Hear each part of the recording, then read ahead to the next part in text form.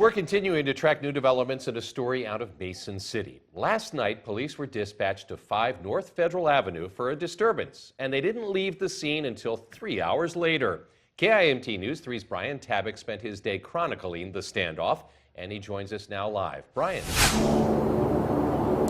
George, it might not look like it now, but North Federal was an extremely busy road yesterday. Police with riot gear flooded the streets, also with long guns, and having to evacuate many units in the city center.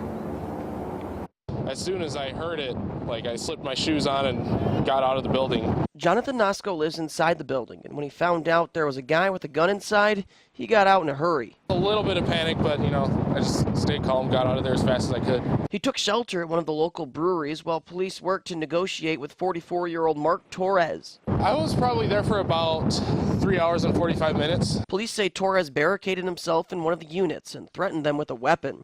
Police quickly closed the road and evacuated residents. Dispatchers could hear an argument in the background when the call for help came in, so they called in just about everyone. There's other calls for service coming in. Business doesn't stop with one incident. So they had other calls going on that officers had to peel off and try to respond to, or sheriff's department personnel were responding to other calls inside the city. It took 3 hours before Torres left the apartment complex without incident. A weapon was never found, allowing Nosko and his fellow residents to breathe a collective sigh of relief. The whole situation just makes me really sad. The police say that the victim did suffer minor injuries, but they are not life-threatening. Torres is still being evaluated at Mercy One North Iowa. When I called to get a patient update, his records are not available. In Mason City, Brian Tabak, KIMT News 3.